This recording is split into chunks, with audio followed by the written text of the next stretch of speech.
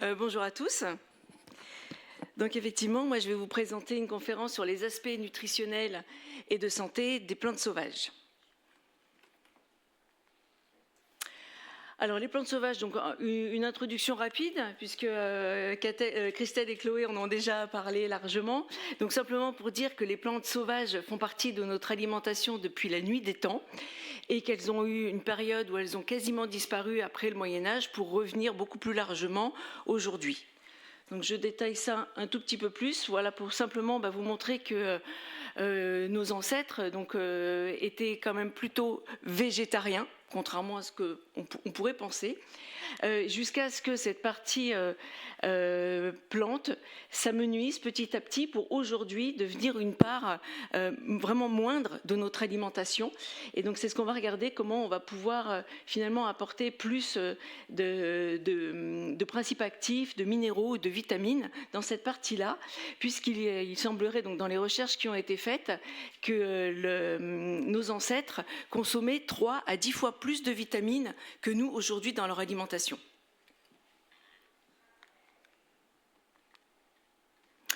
Alors, quel est l'intérêt des plantes sauvages comestibles? Donc, on va regarder ça d'abord d'un point de vue culinaire. Donc, qu'est-ce qu'on peut rajouter dans notre assiette au quotidien? Et d'un autre côté, on va regarder un aspect plutôt médicinal avec la concentration. On regardera plutôt la concentration en principes actifs. Alors, pour un usage culinaire, j'ai pas vu qu'il y avait ça, voilà, c'est plus simple. Donc, pour un usage culinaire, donc là, il y a pas mal de recherches qui ont été faites par François Coupland. Donc, François Coupland, c'est un ethnobotaniste reconnu qui a fait de nombreuses recherches sur les plantes sauvages particulièrement, et notamment sur leur aspect culinaire. Donc sur toutes les plantes sauvages répertoriées en Europe particulièrement, il y en a environ 12 000 qui sont comestibles, et sur ces 12 000 comestibles, il y en a énormément qui sont toxiques, donc il faut faire attention effectivement, et pas toujours facilement reconnaissables, notamment dans la famille qu'on a vue tout à l'heure, les exombellifères, les apiacées, où il y a beaucoup de confusion malheureuse à faire. Et donc sur les plantes, il en reste 1600 environ qui sont comestibles, et ces comestibles, elles ont l'avantage de pousser vraiment partout, quel que soit le milieu où on habite, que ce soit à la mer, à la montagne, à la campagne. Donc on va pouvoir trouver énormément quand même de plantes comestibles, on en a 1600, avec, qui vont être intéressantes tant d'un point de vue culinaire que médicinal. Je vais le développer par la suite. Et sur ces 1600 comestibles, on en utilise dans notre alimentation quotidienne qu'environ 60. Donc ce qui nous montre vraiment encore un grand potentiel non exploré, autant d'un point de vue saveur que d'un point de vue médicinal aussi. Par rapport à leur usage culinaire, donc ce qu'on peut noter, c'est que les plantes sauvages particulièrement sont des bombes nutritionnelles. Alors, à titre de comparaison, donc je vais vous reparler de l'ortie. Alors, je vais vous en parler pas mal, parce que pour moi, c'est vraiment la plante fétiche qu'on pourrait considérer comme une mauvaise herbe. Donc, ce n'est pas une mauvaise herbe. Donc, l'ortie, là, je vais vous en parler. Alors, un petit point rouge. Particulièrement par rapport à sa teneur en calcium. Donc, l'ortie, elle contient 600 mg de calcium pour 100 g. À titre de comparaison, dans notre alimentation courante, nous avons le fromage qui est considéré comme grand pourvoyeur de calcium, et le fromage pour les pâtes pressées en contient à peu près 800 mg pour 100 g. Donc les orties ne sont pas loin, mais si on se réfère par exemple au camembert, lui il va en contenir que entre 250 et 500 mg. Donc finalement les orties avec leurs 630 sont très bien placées, et elles vont pouvoir facilement être intégrées particulièrement dans les régimes végétariens, voire végétaliens, pour cette teneur importante en calcium. Le pissenlit. Donc pour reprendre vos propos, Madame Le Guillou, donc on va pouvoir le manger jusqu'à la racine, puisque le pissenlit, moi je vais le considérer comme le cochon végétal, parce que dans le cochon tout est bon, et dans le pissenlit également. Donc on va pouvoir en consommer la racine, les feuilles, jusqu'aux fleurs. Et le pissenlit, là je l'ai retenu particulièrement pour sa teneur importante donc en provitamine A, donc qui est de l'ordre de 14 000 UI pour 100 g. Et à titre de comparaison toujours avec notre alimentation courante, donc les carottes, alors donc là leur teneur s'étale entre 7500 et 22 000, ça c'est en fonction de leur mode de culture, si elles sont oui, vraiment en fonction de leur mode de culture, biologique, pas biologique, intensif, pas intensif. Donc le pissenlit, il est vraiment tout à fait concurrentiel avec nos carottes. J'ai retenu également le kénopode blanc, donc peut-être moins connu du grand public, mais le kénopode blanc, donc c'est quand même un adventice des jardins qui va pousser très facilement dans les jardins à côté de nos comestibles. Et ce kénopode blanc, vous avez son image ici. Donc ce kénopode blanc, je l'ai retenu pour sa teneur particulièrement intéressante en potassium, donc 920 mg pour 100 grammes, et on va pouvoir le comparer donc aux épinards de la même famille, les épinards qui vont en contenir que 485 mg pour 100 grammes. Donc le kénopode blanc, famille, si vous connaissez du quinoa par exemple, peut-être plus accessible. Et les bananes, qui sont connues pour leur teneur en potassium, manger des bananes. Donc les bananes vont contenir que 358 mg pour 100 grammes. Donc là, on voit que dans les plantes sauvages, il y a encore un grand potentiel d'utilisation pour tant les minéraux que les vitamines, que leur teneur en principe actif.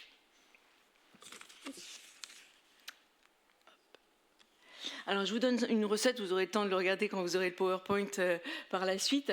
Donc, une recette facile à faire, vraiment pourvoyeuse d'une quantité énorme de vitamines, de minéraux, de principes actifs. Je vais le redétailler dans la partie médicinale tout à l'heure. Donc, voilà, je ne vais pas vous détailler la recette là tout de suite, mais simplement pour vous dire que là, on va pouvoir manger les orties crues afin de leur conserver un maximum de vitamines. Donc pour simplement se libérer des principes actifs urticants, donc qui sont contenus dans les vésicules à la base des poils, en les trempant dans de l'eau, alors j'ai mis tiède, mais il faut qu'elle soit relativement chaude, mais pas trop pour pas les cuire non plus, et du vinaigre ou du citron, ça va pouvoir ouvrir les vésicules urticantes, libérer et donc tous ces principes actifs, tous ces acides, pour avoir ensuite un produit tout à fait comestible de façon crue, et en les mixant avec des noix, des noisettes, un peu d'huile d'olive, de l'ail, on peut en faire un pesto, comme on a un pesto de basilic par exemple, qui peut être intégré à des pâtes, simplement en tartinade, à l'apéritif. Enfin, il y a plein d'utilisations possibles.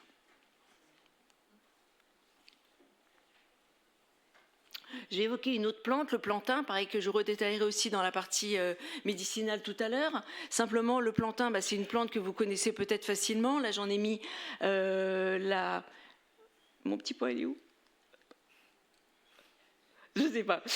Donc j'en ai mis la fleur, parce que même la fleur est comestible dans le plantain, et donc tous les plantains sont comestibles, autant le lancéolé, celui que j'ai repris ici, que le grand plantain, que le plantain mineur également. Et donc là, je vous ai mis une recette de simplement, il peut être mangé en salade. On peut en faire des pestos également. Il va être riche en protéines, donc les protéines comme l'ortie, qui va être intéressante pour les régimes végétariens, végétaliens, riche en vitamine C, en sels minéraux, en mucilage et en tanins. Je redétaillerai ça à nouveau tout à l'heure. Il peut être consommé en soupe, en salade, en tarte, en infusion, en bonbons. Et il a une saveur de champignon. Voilà, donc c'est aussi un champignon herbacé.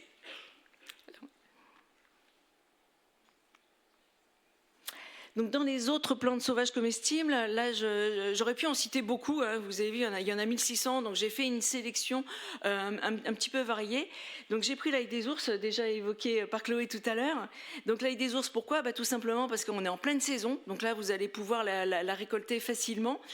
L'ail des ours, on en trouve sur le long du Trieux, et effectivement les feuilles sont comestibles, attention à ne pas les confondre. La lyre officinale, donc de famille des brassicacées, mais qui a également un goût d'ail, donc on peut préparer aussi en pesto. La pâquerette, voilà, que vous connaissez certainement tous, les fleurs sont comestibles, les feuilles sont comestibles, à intégrer facilement aussi dans les salades par exemple. J'ai pris le sureau, donc là le sureau c'est un arbrisseau, dont on va pouvoir consommer autant les fleurs que les fruits. Donc les fleurs qui ont une saveur vraiment particulière, si vous êtes déjà passé sous un sureau, vous le reconnaîtrez facilement à son odeur. Et donc les fleurs peuvent par exemple se consommer en beignets, sucrés ou salés. Les fruits, qui sont toxiques crus. Donc il va devoir falloir les faire cuire, qu'on peut consommer en compote cuite, en confiture par exemple, sous risque sinon d'avoir une bonne diarrhée. La Tanésie. Donc la Tanésie, celle-ci, je l'ai citée parce que donc François Coupland l'évoque souvent dans les plantes comestibles. Donc c'est pour ça que je l'ai citée. Donc lui, il va l'incorporer facilement dans des cakes avec du chocolat. Donc il y a une très bonne association. Donc c'est vraiment un goût particulier aussi, il faut goûter. Et je l'ai reprise parce que cette plante, elle est reprise à la liste B de la NSM. Donc elle est considérée comme une plante non toxique. Donc je vais reprendre ce que c'est que la liste A et la liste B tout à l'heure. Donc elle est considérée quand même comme une plante toxique quand même finalement, enfin pas vraiment toxique, mais avec des effets indésirables. Donc là j'ai cité parce qu'on va pouvoir la manger en petite quantité et c'est intéressant d'en découvrir le goût, mais vraiment attention. Le gaillet-gratron, donc ça c'est une plante vraiment très commune, donc c'est une plante herbacée, ligneuse, qui fait des grandes tiges, qui va coller sur les pulls si on s'accroche trop ou dans les poils de nos animaux quant aux graines. Donc le gaillet-gratron, en récoltant la partie, les jeunes parties, ça on peut le couper finement et le manger comme du persil par exemple, et il va avoir des vertus intéressantes puisqu'il va nettoyer notre lymphe. Et il n'y a pas beaucoup de produits de plantes qui vont servir pour nettoyer la lymphe. Même à intégrer régulièrement dans l'alimentation. La benoîte, donc la benoîte qu'on retrouve aussi là très largement sur les bords des chemins de la famille, comme les fraisiers, donc c'est à peu près les mêmes fleurs, mais ça va être des petites fleurs jaunes. Et la benoîte, elle est intéressante pour sa racine, parce que dans sa racine, il y a un principe actif, le génol, qui est un principe actif contenu dans les clous de girofle. Et donc dans la racine, quand vous allez la découper, vous allez sentir cette petite odeur de clous de girofle, et cette racine va pouvoir nous servir à faire des sauces aromatisées au girofle. Je vous cite enfin le lierre terrestre, donc ça fait partie de mes plantes fétiches aussi. Donc le lierre terrestre, famille des lamiacées, comme le thym, comme le romarin, comme l'origan. Et le lierre terrestre, il a un goût très subtil qu'on va pouvoir mélanger à du chèvre. Par exemple, moi j'aime bien faire des boulettes de chèvre avec des feuilles de lierre terrestre broyées ou les fleurs. C'est la photo que vous avez sur le diapo. Recette à tester. Pour passer sur l'intérêt des plantes sauvages d'un point de vue médicinal, donc je vais d'abord aborder les alicaments, je vais vous expliquer ce que c'est pour ensuite parler de leur vertu particulièrement vraiment médicinale. Alors, j'ai parlé plus vite que mes fiches. Alors, les alicaments, mais qu'est-ce donc ? Alors, simplement, j'ai repris la définition du dictionnaire Le Robert. Donc, c'est un aliment dont la composition explicitement formulée implique des effets actifs sur la santé du consommateur. Et donc, comme alicament, donc là, on va pouvoir avoir des produits de l'agroalimentaire, bien sûr. Mais là, moi, je vous ai rempli des plantes sauvages. Donc, l'ortie et le pissenlit. Donc, ça, parce qu'on les trouve partout. Elles sont facilement intégrables et tellement bénéfiques à notre santé. Elles font partie de ces plantes à la fois aliments et médicaments qui améliorent la santé en les consommant. Donc, l'ortie, par exemple, si vous la consommez, on va dire 3 à 4 fois par semaine, sur un mois environ, vous allez pouvoir vraiment bénéficier donc d'une reminéralisation, d'un effet détoxifiant sur l'organisme. Et là, on est vraiment à la saison du printemps où les cures de détoxification trouvent toute leur place. Et donc l'ortie est une plante détoxifiante et reminéralisante en même temps.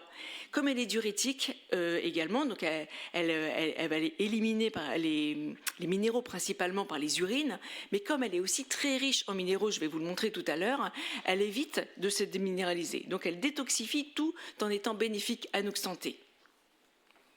Le pissenlit a des vertus à peu près similaires, on va dire.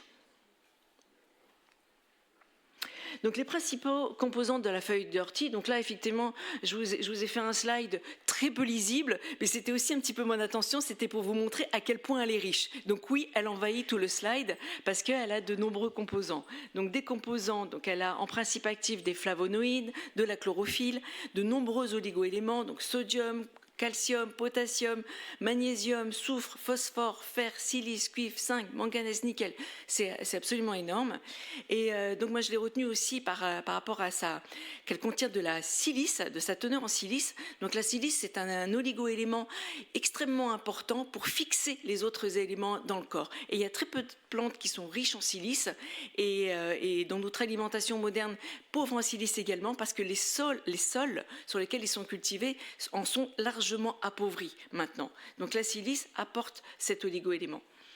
Donc, nombreuses vitamines, des acides, 18 acides aminiques différents, dont les huiles essentielles. Donc, pareil pour les régimes végétaliens, particulièrement intéressantes, des amines, ce qui va lui donner des propriétés diurétiques, comme la plupart des plantes sauvages vont avoir cette propriété-là, tonique, astringente, hémostatique, anti-allergique, galactogène, dépurative. Donc, pour moi, une panacée végétale. Donc les plantes médicinales. Donc dans notre pharmacopée occidentale, elles sont régies par la NSM qui va définir deux listes, la liste A, la liste B. Donc la liste A, c'est celle qui va recenser toutes les plantes médicinales utilisées traditionnellement, et la liste B, les plantes médicinales utilisées traditionnellement également, mais dont les effets indésirables potentiels sont supérieurs aux effets thérapeutiques attendus. Donc la tannésie en faisait partie tout à l'heure. Donc, dans les plantes médicinales utilisées traditionnellement, donc on en a 400 et quelques, je ne sais plus où j'en suis dans ma page, mais voilà, c'est un nombre assez important.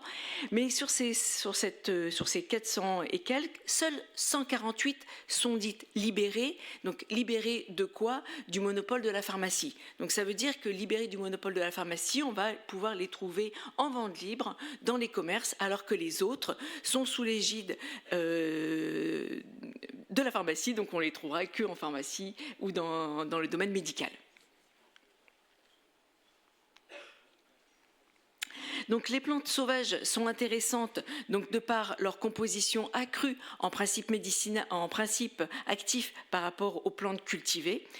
Donc là je vous cite un certain nombre de principes actifs qu'on va retrouver majoritairement dans les plantes médicinales.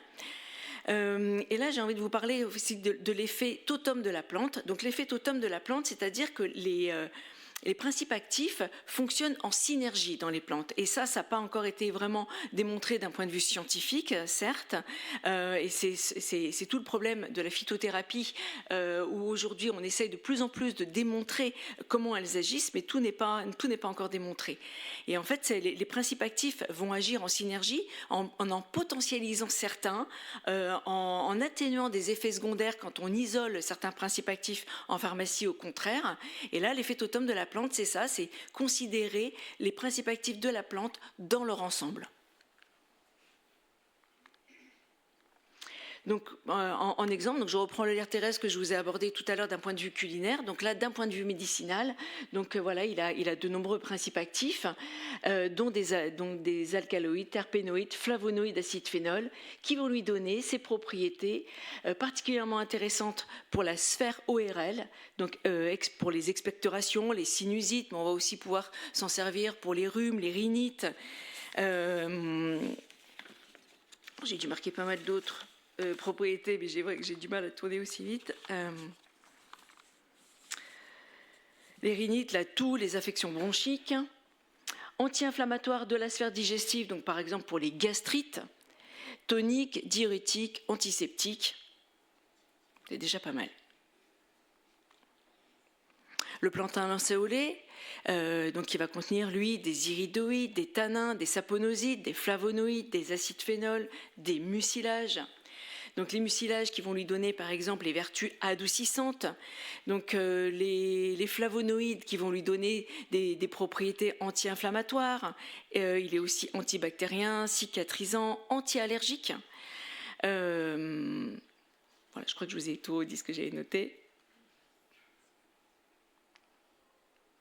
Alors un aspect qu'on aborde moins en phytothérapie occidentale, c'est les bienfaits des plantes par rapport à leur rapport d'énergie de qualité selon les médecines traditionnelles énergétiques.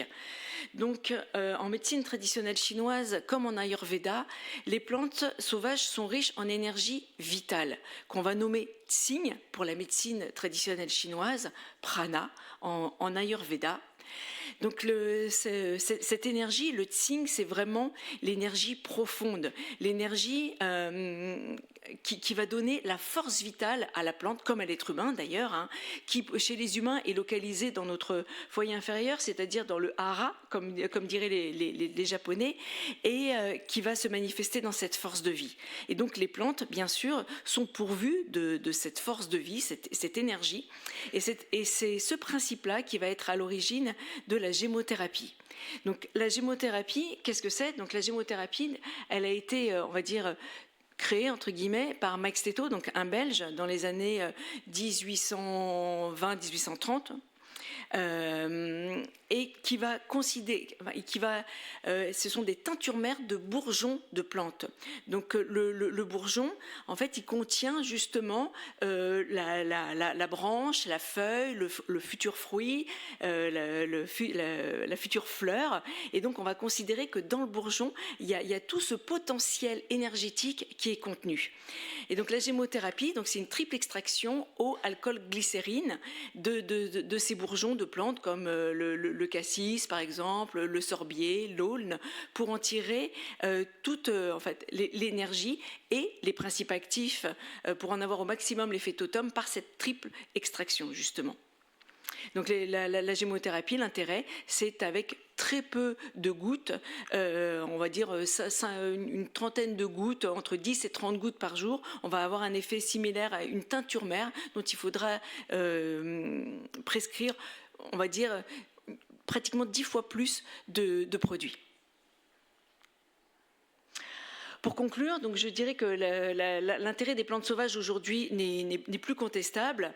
Cependant, il peut être difficile de les utiliser au quotidien. On a vu des risques de confusion, on les connaît pas suffisamment. Donc, pour ma part, je pense que les tisanes, ou au sens plus large, l'infusion, peut être considérée, peut être utilisée dans notre alimentation ou dans notre quotidien, peut-être plus facilement.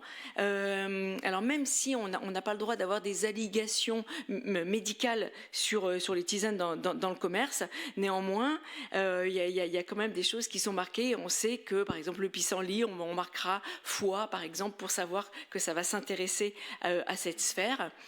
Et l'innovation a également une place très importante. Donc là, je vous ai mis un produit. Donc ce sont des pastilles à sucer. Donc c'est l'entreprise Biopastille qui a créé ça en 99. Donc ce sont finalement des infusions, des tisanes qui ont été réduites sous forme de pastilles.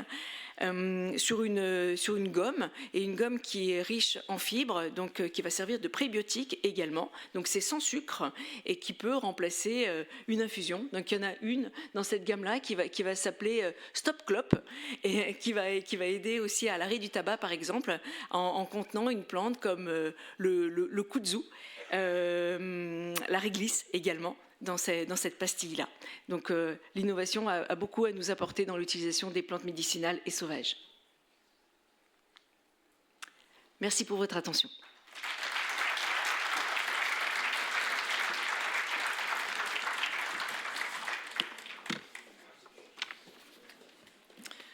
Merci Corinne. Est-ce qu'il y a des questions dans le public ?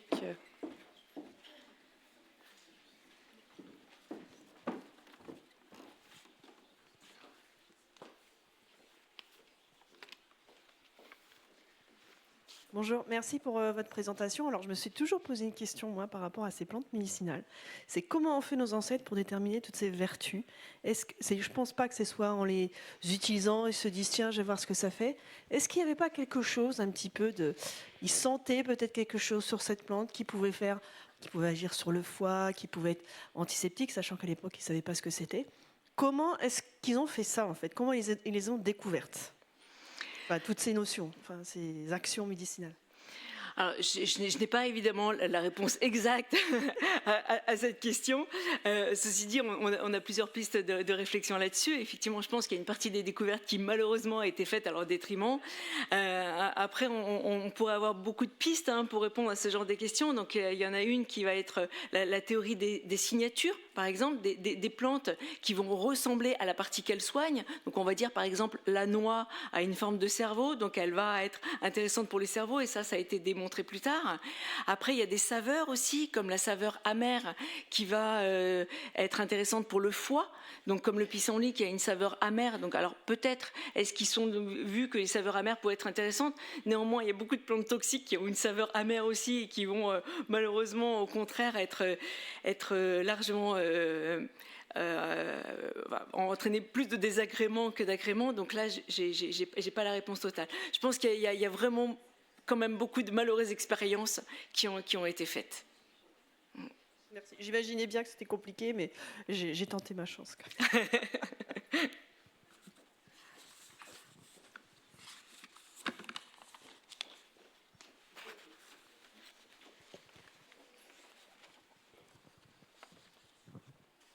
Bonjour. Moi, je vais revenir un petit peu sur les valeurs nutritionnelles au niveau de l'ortie. Vous avez indiqué un certain nombre de valeurs nutritionnelles, notamment par rapport au fer, que vous avez dit qu'il était intéressant.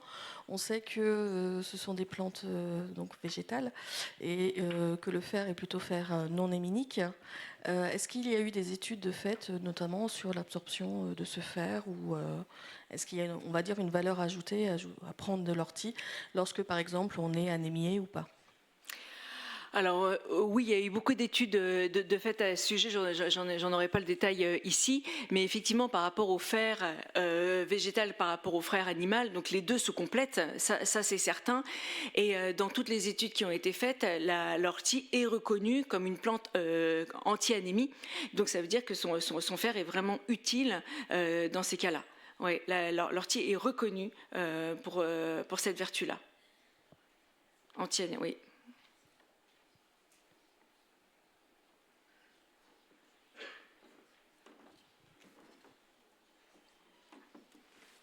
Pas d'autres questions? Merci beaucoup, Corinne Bertin.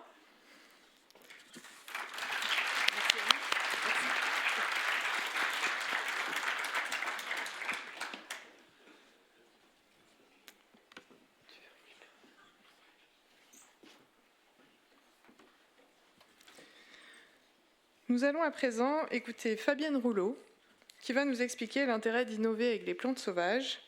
Elle sera en visioconférence, car elle ne peut être présente aujourd'hui et s'en excuse.